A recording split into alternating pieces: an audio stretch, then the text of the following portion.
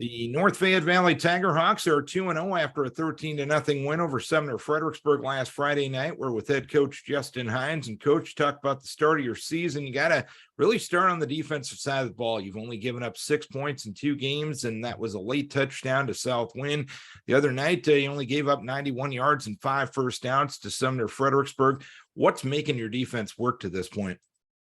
I think it's just guys getting to the ball. We haven't done anything special, and kind of tell the guys the more you can stay in just a base defense and stop people, the better off you are, and not have to do all these fancy blitzes and defensive alignments. It's just guys doing what they're supposed to do, playing team defense, getting off the blocks and getting to the ball and tackling. So that's really what we've been doing for a couple games here, and it showed Friday night.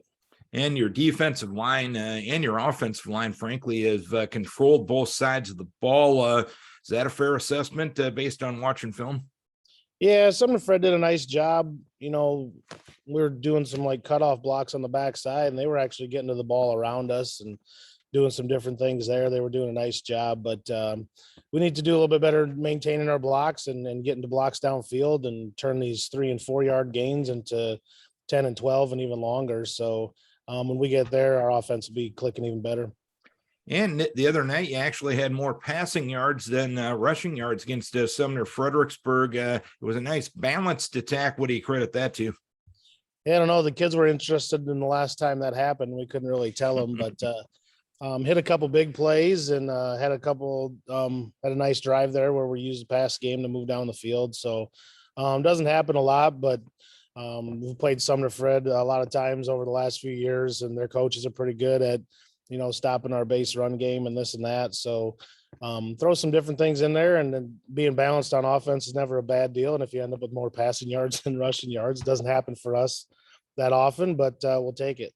And if you end up with more points than the other team, that's the biggest story, right? Yeah, for sure. And overall, your passing game, Declan Heins, 12 of 15, 234 yards, 2 touchdowns through 2 games. You've been really efficient when you've had to throw the football, and you've wanted to throw the football. Talk about Declan's development. Where has he come, and where does he still need to go? Yeah, he's doing a really good job, putting the ball on people. And his one incompletion the other night was a drop pass, and he's kind of sharing time right now with Caleb, because Caleb can do some different things and still throw the ball as well. But doing a nice job, controlling the huddle and stuff when he's in there, and kind of got after him a little bit this weekend about carrying out his fakes and stuff in our belly game. And but he's doing a really good job throwing the ball, and we can just keep expanding on that, hopefully. Well, the only thing I saw the other night was you probably want to be a little bit more efficient inside the red zone. You got inside the 10-yard line a couple of times and didn't come away with points. Looking at the film with that, was it anything in particular, or just a combination of things that perhaps you need to clean up?